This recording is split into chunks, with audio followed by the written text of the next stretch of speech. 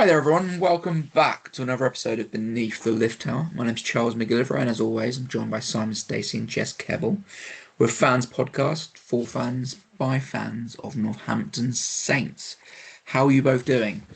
I'm good, thank you, mate. Good, thank you. Good.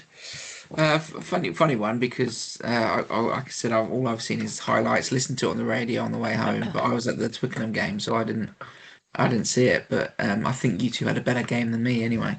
Hey, what was that result, by the way, at Twickenham? All I can say is it was one of the worst games of rugby I've ever been to. I mean, the standard was probably better for you at the Saints game because bloody hell, that was poor. Like just abysmal. Like no intention to play any rugby from either team. And I know the weather was poor, but like, come on, you've got the world's best, richest union with the most professional players. Play some rugby. But yeah, To be fair, Yeah. you say that. Like we predicted a very, very. No, this is no diss to the young lads because it was nice to see them, but the game was a bit bitty, wasn't it? Like Jess was there as well, and like we massively and we over-egged the score by probably 50%. I would say. I can't remember what we said, but it was good to see some of the young lads get a run out. But you could tell. Before we get to that, sorry to cut you off, side. Before we No, get you're to that, should we cover off the breaking news? I was gonna, yeah. Angus Scott Young is no longer of this parish. Yeah, I spotted it literally like the minute the Saints announced it. I get it because of who we brought in, but he's going to be a massive loss, and I just want to thank him for everything he's done at the club because he's just one of them, and he's always a 7, 8 out of 10. Never the big star, no one mentions him, but he's like a constant, bit like the old school. I just say Roger Wilson, like always played his heart out, always had a great game. Yeah, good luck back in Oz. Yeah, exactly. Like the thing is, I don't think it's necessarily a selection thing. I think they'd have kept him. I think it's he said in his thing that he wants to go home for family, and Yeah. it's hard to sort of query that, really, isn't it? Like that's the problem. I meant because he's gone early. It was rumoured he was going at the end of the season, but I'm guessing because he's got less chance of playing as well, and you may as well just let him go now so he can get him back home. Yeah. Yeah. No, it's. But I also would say though, realistically now, I think he's a little bit away from that first team.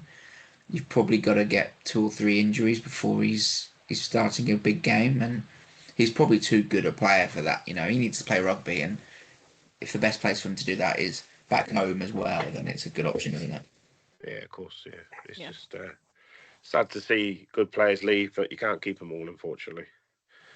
You always know whenever a player comes over and from overseas, 99% of the time they're going to go home at some point, and people know that, they're aware of that. Obviously, not always, but yeah, if it was rumored he was going at the end of the season, and then I think he said that he'd been to his brother's wedding a few weeks back, and I should imagine having to leave and come back was a very difficult choice for him, and so yeah, just made the early choice. I think I agree. I think it's easier, well, quote unquote easier, when you're not a first team pick realistically at the moment, and so yeah, I think they've always seems to have always had a good relationship with the players, the club, and everything. So it doesn't seem like anyone left under bad terms or anyone's come out of it bad or anything. It was just he wanted to go home, and it was probably a fairly easy decision at the moment considering where we are to say yes. Problem is as well now, you don't get any. I'm sure you've bought one. You won't get no more hoodies. This is St. Gustav. Is sideline? Yeah, we lose that as well, don't we? I mean, you say no one loses out. I think the reality is if a player doesn't want to be here, then there's no value in them being here, and that's not because he's had such an awful time and hates Northampton but if he's always longing to get back to his family, and that's the end of the season, that's what's happening. He's not going to be the best person, the best version of himself, because as much as he tries, he's seeing down time until if that's the attitude he's got, and that's not a wrong attitude, there's nothing wrong with it. If that's the feelings that he's got, then it's not good for him. It's not good for the club. It's not good for anyone, is it? So you just got to let people do what's right for them, and Yeah, you get the best out of it. that's why I never get when they announce players like just not our club, obviously, but Tom Willis leaving Sarries. They've announced that already, so you've got to think in your head, he's a great player, but is he going to be doing? Is he going to be putting his life on the line for the club because he's leaving at the end of the season? So, like Angus, he said, "I'm going to go." We've let him go. So it's fair play to him. Good luck to him in the future. Yeah. No, exactly, and he was a great interview on the pod. I mean, if people haven't listened to his episode, please go back and listen to it, because that was one of the most fun I think we've had. He's such a good bloke, and he's such an interesting character. So yeah, definitely. But anyway, that's enough of that. I cut you off, Simon. Sorry, you were speaking. No, you're good, mate. It was just we all thought we'd go out massively strong for this one. And we all went quite high. Of me and you, definitely. Jess is a little bit more cautious, but yeah, it was okay. It was a bit bitty. It wasn't like you said. The one at Twickenham wasn't any good. This one was quite similar. There were some flashes of like great play, but it wasn't the Saints of a few weeks ago. But it was good to see some of the young lads. I tell you, that fullback, and for the life of me, I can't remember his name. Pater. Hey, he's a player. That boy, he's a player. I obviously didn't see that game. I obviously seen the highlights, but I didn't see that game. But I've seen him play a couple of times, and I fully agree. Oh my He God, is he's a player in the making. The way he moves, his ability to change direction, his pace. He's a big lad as well. When he starts filling out, he'll have some size behind him. Solid in the air. He looks like we've produced so many good fullbacks, that he looks a really good prospect back there. Yeah, he does. Yeah, what do you reckon? Well, I was gonna say that, when you started out, Charles, saying like, "Oh, I bet it was a better game down at the Gardens." It really wasn't. It's probably one of the. I sort of feel hesitant to say bad, because it wasn't like anybody was bad per se, but it was one of the worst kind of games I've seen there in a while. Just because, I mean, the first half took 50 minutes to complete because it was stop and start. Like nothing. I think like it was a combination of like I think. Quins by the end of it had about 6 different players having to go off for HIA. There were multiple injury stoppages. The ref, and this isn't like a criticism of the ref, because like the penalties that he had to blow his whistle for, he kind of had to blow his whistle for, but his whistle was just going all the time because players were like side entry, like diving off their feet, like it were things that like he couldn't ignore. So it's like not his like responsibility, that, but just been like it was like watching a game of American football where they call a timeout every 5 seconds or whatever. Like it was just so hard to get into it. And then it wasn't raining during the game, but it had been absolutely hammering it down before, so nobody could keep hold of a ball. Like the amount of scrums we had in the second half, like I wanted to cry. Like I reckon even scrum connoisseurs were probably like, okay, this is enough now. Well, Lenny Newman was losing his rag on the radio in terms of how long the scrums were taking to set. Oh God, that ref, honestly, it's the. I think it was the ref that come on for Luke Pearce when he got injured. He's like, wasn't it him? I don't know. I don't know. Yeah, the small that. guy with the black hair. He like really. That was his first ever game, wasn't it? And this is not a diss to him because it's an awful job, and we all moan at the ref. But you could tell, and I had my ref link on, and the TMO was constantly telling him stuff. The linos were telling him stuff, which you don't normally hear in a Prem game. Yeah, but, there can't have been a TMO. There wasn't not a TMO. It was the fourth official. Sorry, the lady on the side. The fourth official. The one sorry. Which, to be fair, is again not her, because like the amount of changes everyone had to make, like she just had to tell him. She had to feed him information constantly. Like their hooker, I think he came on and off 4 times in that match. Because he went off subbed, he got subbed, then he came on for a 6, then he came on for a winger, then he went back off and came back on for their hooker. I've never seen it the like of it. He probably was like, I just want to rest now.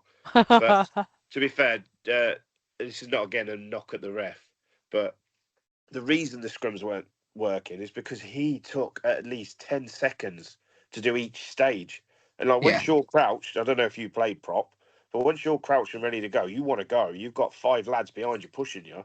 They were just hovering. You could see that their loose head, he was too high every time, and he kept waiting, and then they engaged, and the ref was like, "Oh, free kick." Just get it done quicker, man. It was boring. I'm not going to lie. That It was good to see. that's It reminded me of the Wanderers.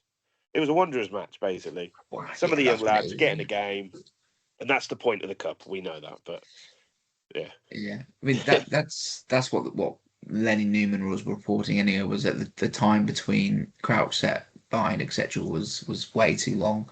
I too mean long. that Quins came with. You look at their squad that they came with, and Jamie Benson plays a lot of games for the first team, but otherwise, other than the front row, which is a pretty good front row, the rest of the squad was pretty much string of youngsters or squad players, whatever. But Kerrod, who's the loose head you were talking about there, he's a seasoned pro in the Prem. Like he should be doing better. And maybe that's just because Green was scrummaging particularly low. I don't know, but Kerrod, Riley, and Lamastatelli, they're all seasoned professionals, Yeah, top flight it's just players. his height. But you got Green's a big boy, isn't he? He's got to be over 6'3", 6'4". He may be, Yeah, so it's probably maybe. not helping the height, but it was. I love a scrum. I played in the scrum, but those scrums were some of the worst scrums I've ever seen, and the pitch took a caning because of it, because he just kept resetting. Like Yeah, Jess said, the first half, my God, it 50 odd 50, 55 minutes. It took 50 It minutes, was yeah. yeah. God, the amount of time Quins were down. It reminded me of the old days where they weren't fit, so they just had to take a breath, so they took a knee. He was timing off every time. Quins must have had their physios earned their money that day. And the HIAs, like I said, I think two of our doctors called two of them. They must have had 5 or 6. Never Yeah. seen so many HIAs in a match. Yeah, it does make me worry about about not having, and this is not me saying that there was any foul play involved in any of them, because there could have been, there may not have been. It's really hard to know because you can't see anything back. But I can't help but think when you've got like 6 HIAs happening for one team, that like not having a TMO who could potentially check certain things just feels Yeah. like such a bad thing. Like these are young guys as well. Like we talk about needing to protect like the professionals. We also need to protect these sort of young kids who are coming up as well, and making sure. Like there was one incident, and it was not to do with a HA, but one incident of, and again, don't blame the ref because he was totally facing the wrong way, where one of Quins players picked up our hooker, I think, dumped him straight into the Yeah. ground on his head. Yes, he And did. nobody saw anything. And I can't help but think that a TMO's there and that gets called immediately. Like it was quite significantly dumped on his head as well. The physio had to come on, check his shoulder, check his head. Yep. And then you add on the HAs for Quins, and it could just be their bad tackle technique. It could be that one of us hit them on the. Like, it's really hard to see things live, but it just really stands out in a game like that. That not having a TMO just feels really, really dangerous when it's still a professional game in a professional cup. Yeah. We're supposed to be protecting these kids, and like overwhelmingly they were kids. Like we had a few other people in there, but there's a lot of teens and people in their early 20s playing. But yeah, no, it was a tough. God, it was a slog. I felt like about that game. I felt like the England game was a slog. The New Zealand game was a slog. Like the whole weekend, I was like, God, I hope next weekend's better. Welcome to the autumn. Yeah, just mentioning that though. Yeah. I don't know his name because I didn't know half the Quins players, but I think it was their 6.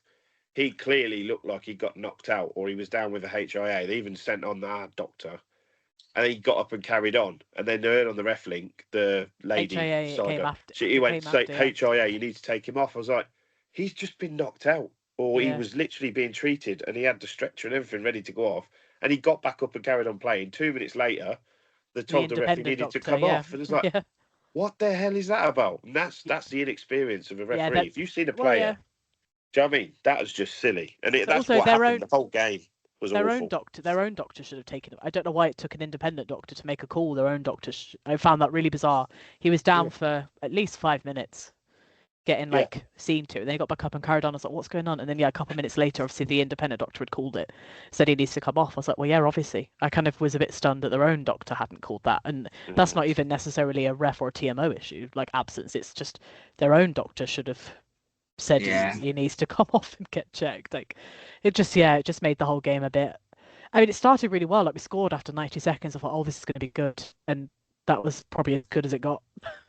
in terms of speed. From the highlights, Rowe took his try really well. He showed a bit of turn of pace, bit of pace there, and that's Yeah. I mean, Rowe and I mean, I was gonna, I want to call him Gordon Bennett, but I think it's is it James Bennett? But I want to call him Gordon Bennett because he's massive. Like he's a Yeah. big boy.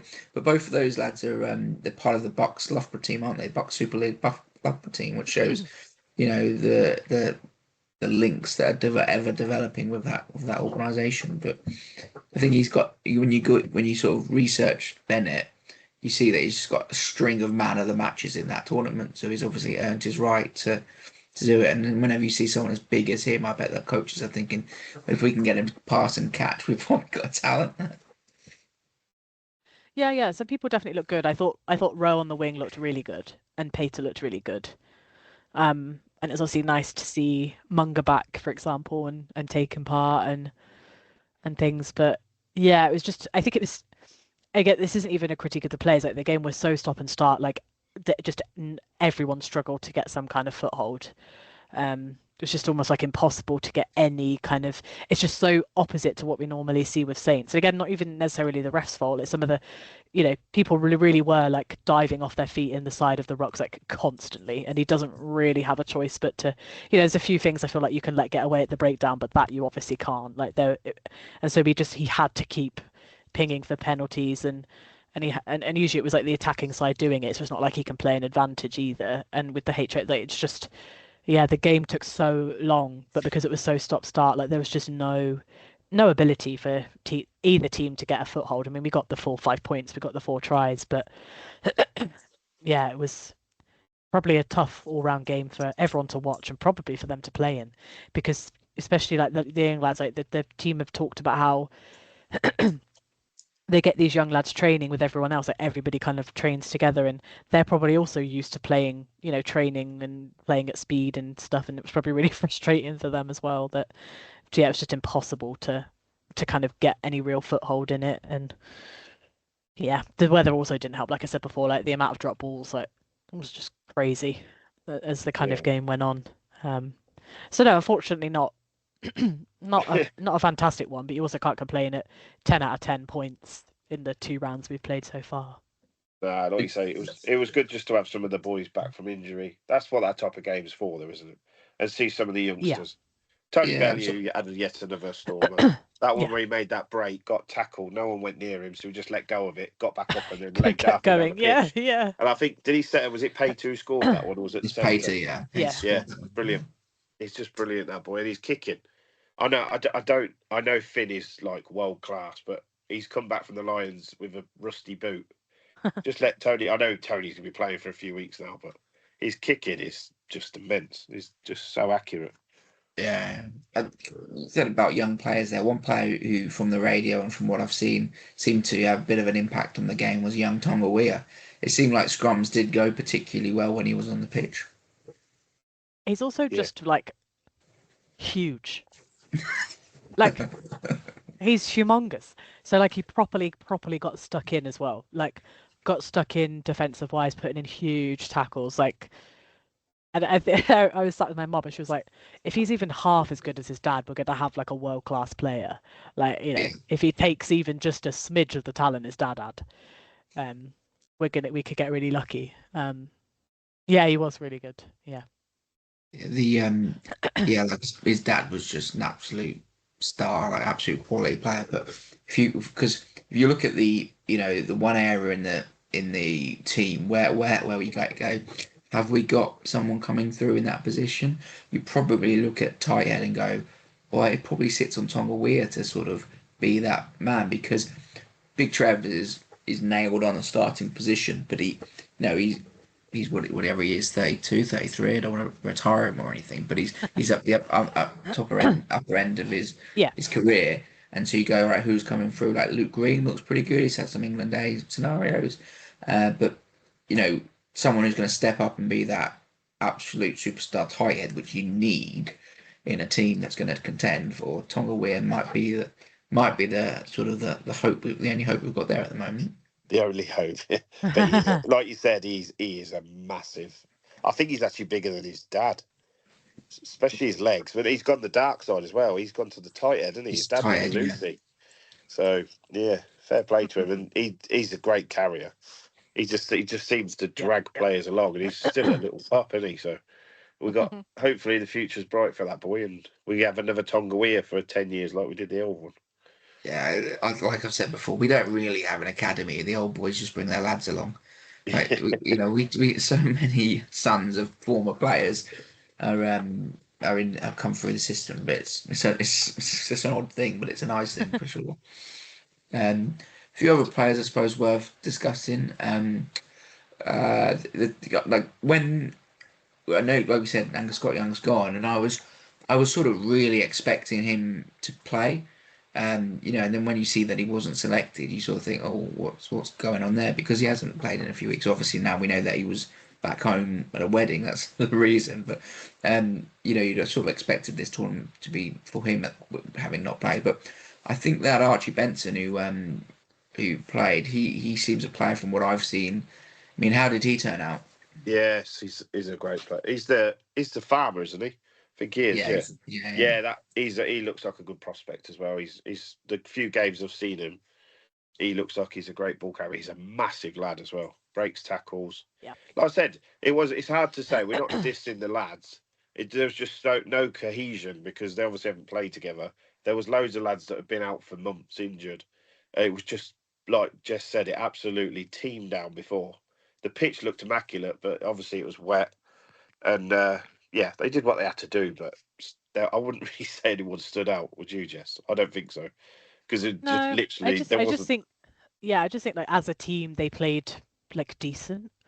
Like I feel like I think if it was dry and the sun was out, they'd have pulled them a new one, as the saying usually goes. I think they'd have absolutely. I think if it was if it was dry and it had been dry for the whole day, I think your score lines probably would have been. I think you both picked like or over 40, over 50 points. That was 50. I said 56. I think. I think I can see how that could have easily manifested. It just didn't and couldn't happen on the day for like multiple different reasons. But yeah, I think everybody was solid. Like I said, it was like there isn't anyone where I would honestly say like they weren't good or I can't say that anybody was excellent or that anybody was poor. It was just like a solid shift considering all the different kind of circumstances that had happened on the day. Yeah, there's not really. Normally we can wax lyrical about the games for ages, but I honestly feel like there's really. I remember like, when it got to the end of it, I was like, oh, next week's going to be really tough because like there's not a lot that we can really like shine a particular spotlight on, and like that sounds really harsh, and I promise it's not in any way like anyone listening like a critique of any of the players. Like pretty much a lot of the stuff that happened with like all the time. The kind of like dead time and the time off of the clock having to stop and stuff was absolutely nothing to do with any of them. Like it was out of everybody's control. And so, yeah, it was really, really difficult. And so I actually kind of commend their ability to get the 4 or 5 points out of that, to be honest. Guess what we'll see is, this is a young group that'll get a bit of game time now together.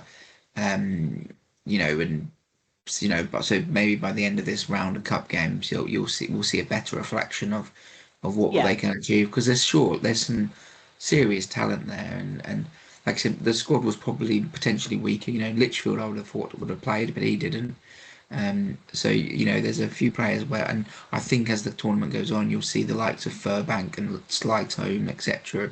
James might get a bit more game time. Obviously, he made his return for 20 odd minutes, but they might get a bit more game time. So that come the Prem, going into that Bristol game, I imagine. Against the Red Bulls, they'll go same again, and then against Tigers, they'll go pretty strong in preparation for the Bristol game.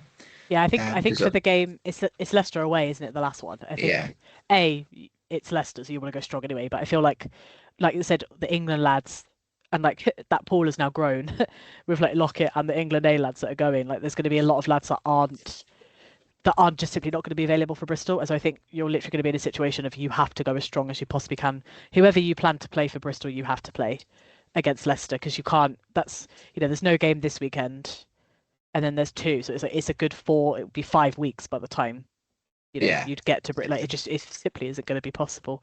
So yeah, I think you'll see. Hendy came off the bench. Like you said, Litchfield didn't play.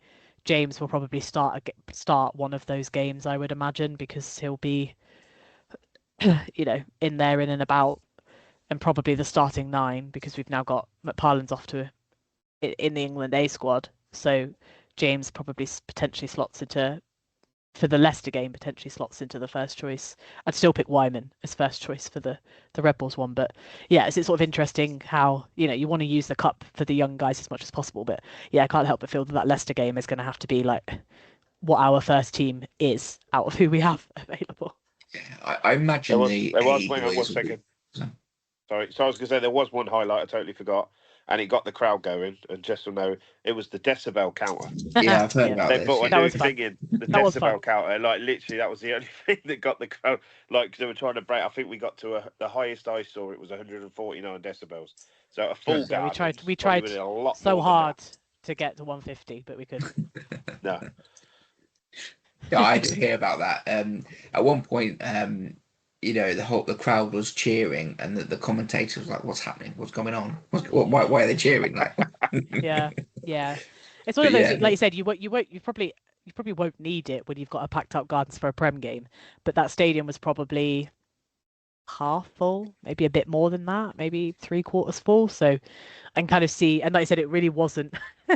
They didn't know that when they brought the decibel things in, obviously, but it just turned out to be a game that was kind of difficult for the crowd to get behind something. So it kind of worked out. It worked out really nicely in those circumstances, to be fair. Because any other time you feel like it could be kind of gimmicky, but it did kind of get the crowd going, get some volume into the stadium. So I can't really fault it this time around, to be fair.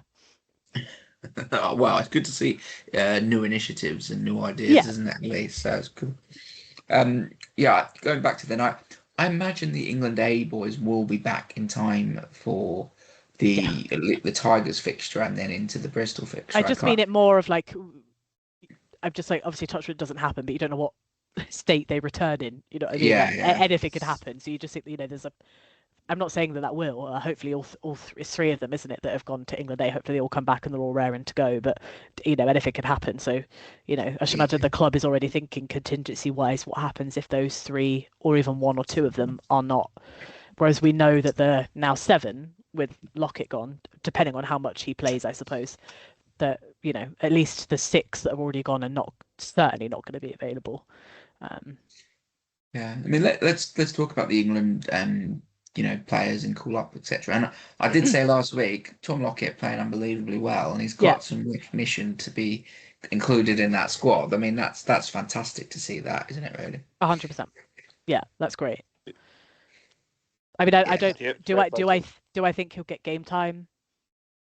No, probably not. But it's got to be an invaluable experience, right? Like, exactly. Just getting into that setup, and it certainly can't help that you've got 6 of your mates there, like, who you're joining up with as well. Like, will certainly make that experience, at the very least, like a really, really fun one, and one where he will learn so much, irrespective of what happens on match day.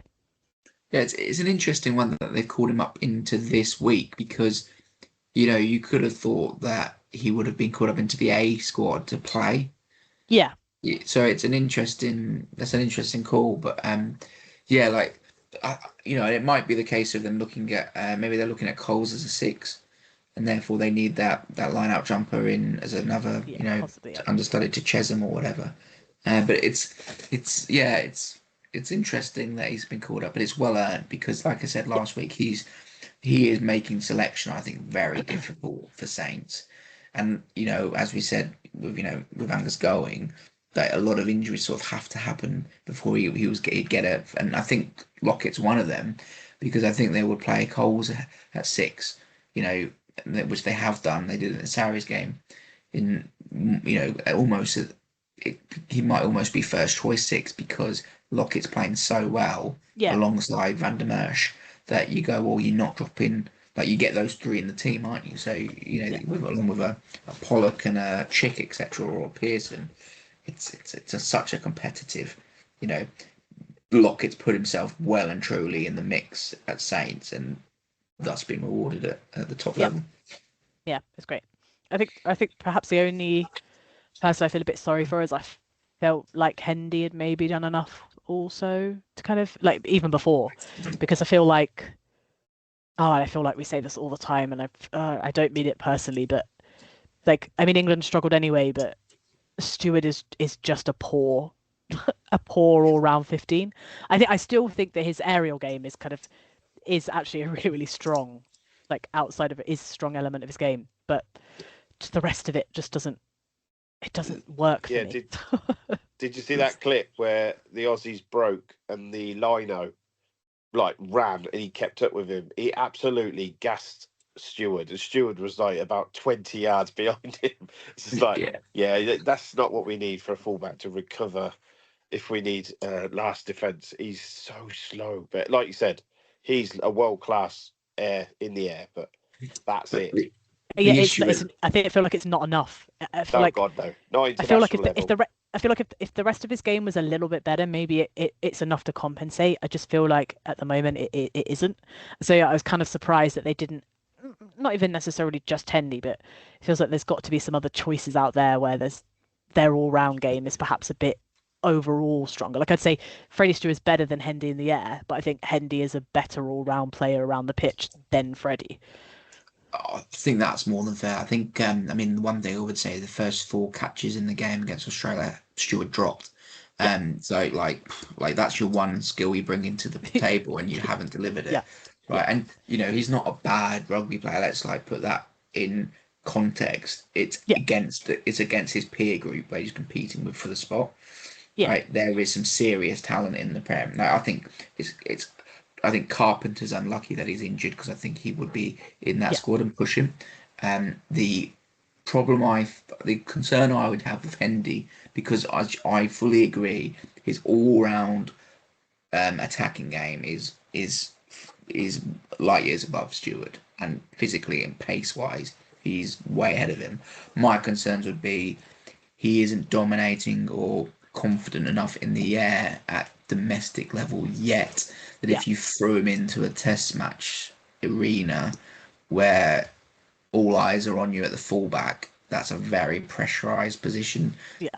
and it really could expose you. And therefore I'd be worried for him. I'd back him obviously, but I'd be worried that it could be it's sort of an eat or be eaten world test rugby, and you've Yeah. got to deliver.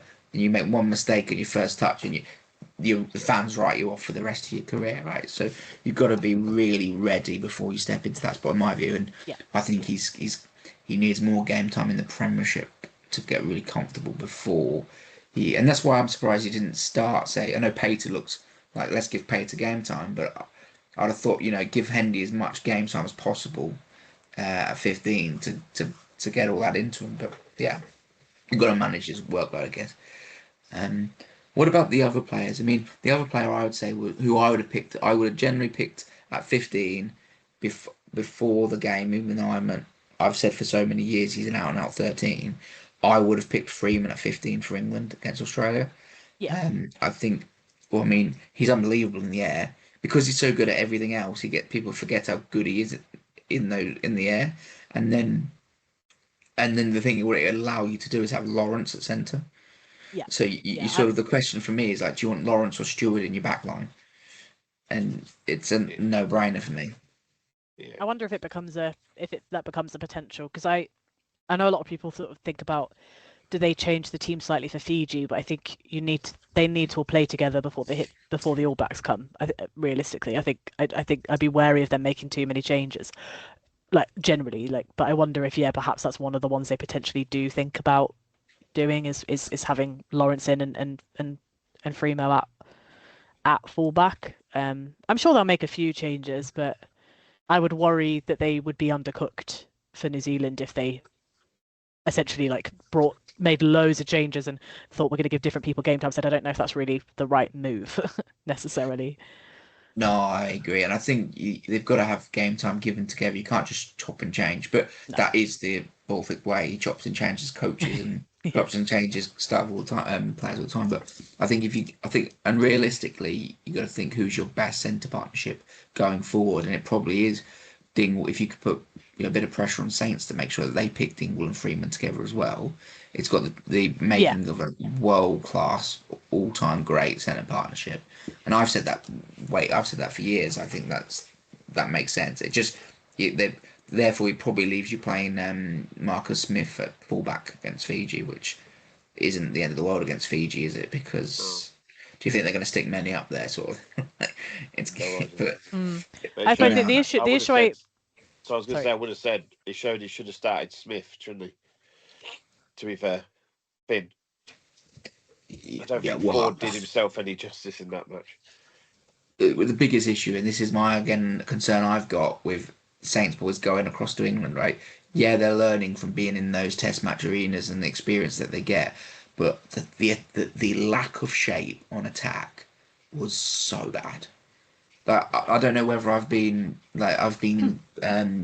because I watch all sorts of rugby from whether it be local club rugby like amateur stuff to champ to uh, Prem to Saints to Champions Cup to international. Right? I go to watch all of it live, but like I've never seen an international game when two teams had no intent of putting any shape on their attack. At one point, Australia's entire attack was in a quarter of the pitch. Every player, apart from Jorgensen, was in one quarter of the pitch. There was no. It was one out drive, no shape, nothing. And England's wasn't much better. But so I get worried that if you see this is how England playing, Dingers and Freeman going to bring that back to Saints when our like IQ, our DNA is in that shape around attack or especially off strike play. Like it's like I don't want them to learn from these crap coaches. Even though Lee Beckett's a great coach, look what he did with Bath. Like what is happening in that white shirt? I don't understand. Yeah. All Yeah, thick ball, isn't it? Oh, was I'm not a fan of his. Doesn't play.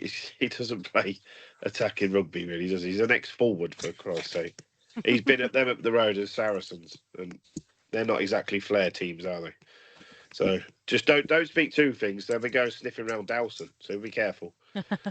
But like Australia, it was outside the test window, so Australia had half their players available. They played abysmally, right? Australia were there for the taking, and they made such hard work of it. I mean, the bomb squad off the bench basically won them the game because the bench was stronger than the starting players. They came on and Australia just couldn't cope physically with it. I mean, the chosen one just like lit up the place really. Like he is just a star in the making, Oh, isn't he? that was a That crazy pick up move. off the kick was just insane. It was ridiculous. Yeah, he literally writes his own press. He dyes his hair bleach blonde and then plays for Saints. Well, then goes to England, comes on, scores again. But It's yeah, just it's just a magnet. Like it just everything revolves around him. I think we He's could like the center of definitely, the universe. yeah, I think we could definitely say that, like, obviously, all the kind of chat that still goes online about people moaning about and whining about he does this XYZ. Like, he doesn't care about any of it, does he? Like, it's so obvious that he doesn't. Like, it's mental. Like, I think I said like last week I was like, Def Taxes and Pollock getting a turnover at the end. But I think maybe it's just Def Taxes and Pollock doing like something. He will do something. Like, I mean, the energy. I've said it before. Like the energy that he brings, like the Yeah. energy just changes automatically. Like as soon as he comes on, and then yeah, he just has to go and do that as well, doesn't he? But I mean, it does also make you laugh. It does make you realise how many people watch kind of international rugby and don't know the rules. The amount of comments I saw online of like, "Oh, is that not crawling on the floor? Is it not a double movement?" And I was like, "You clearly don't He hadn't been get it. tackled. He hadn't been tackled.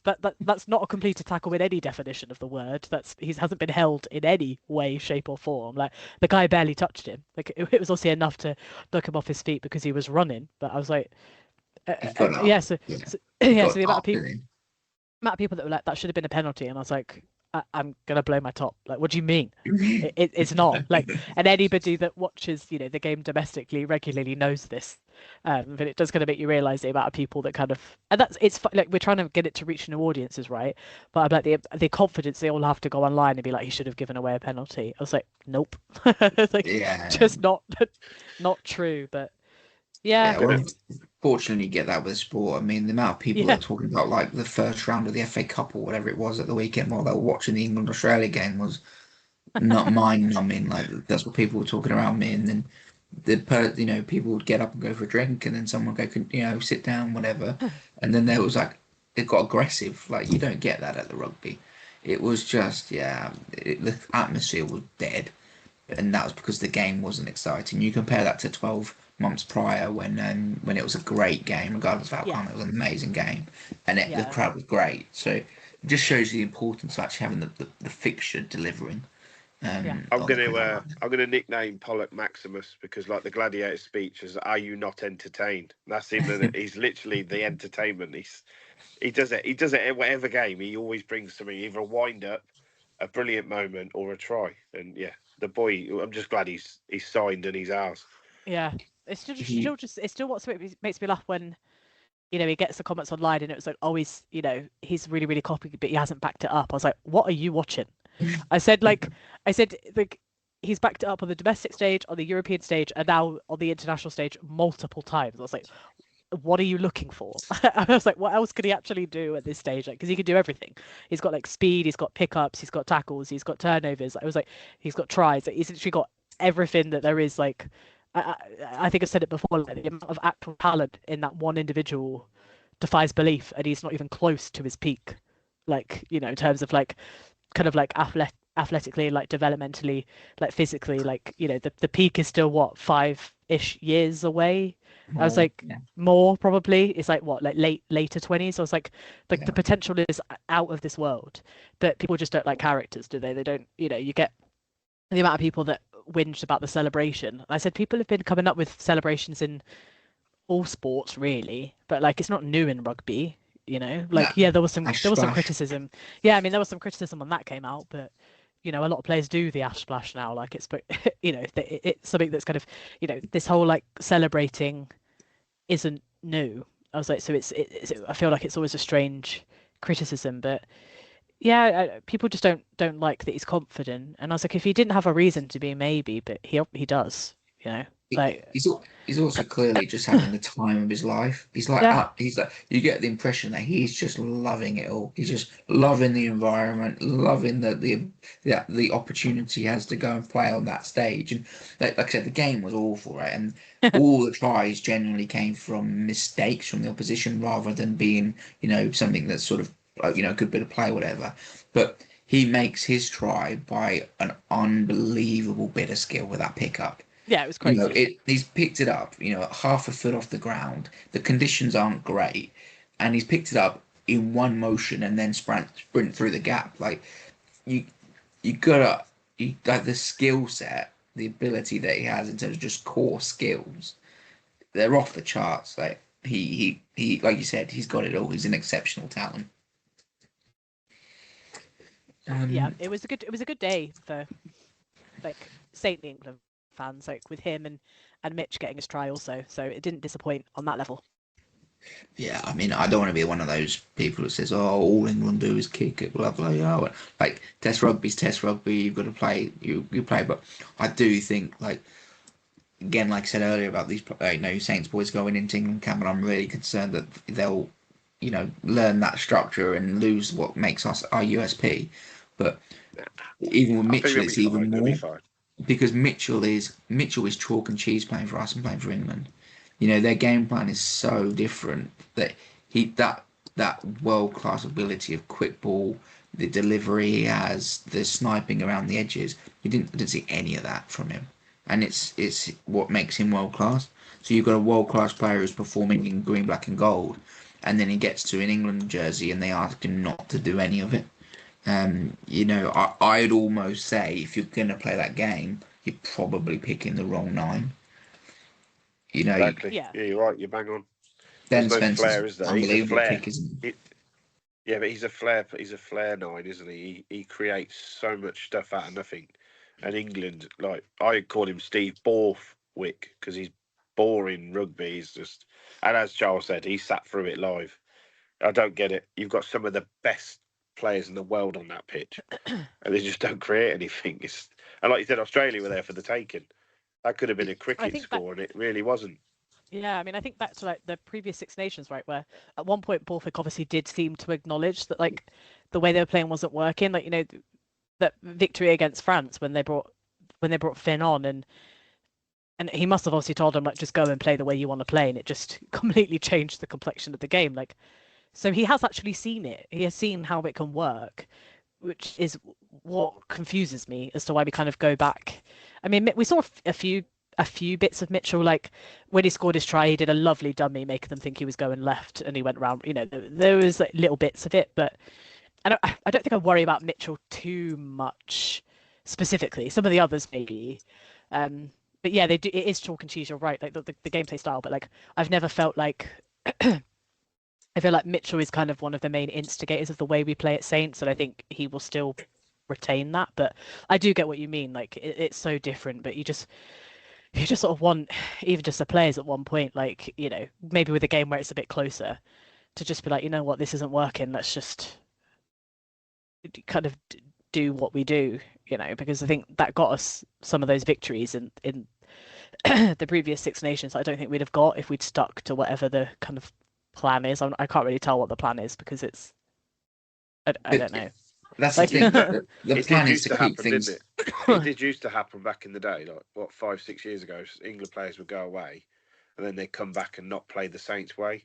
But I think we play at such a speed, pace, and so much talent there. I don't think they'll lose that. It's different. They're just like, oh, we love playing for England, but this is boring.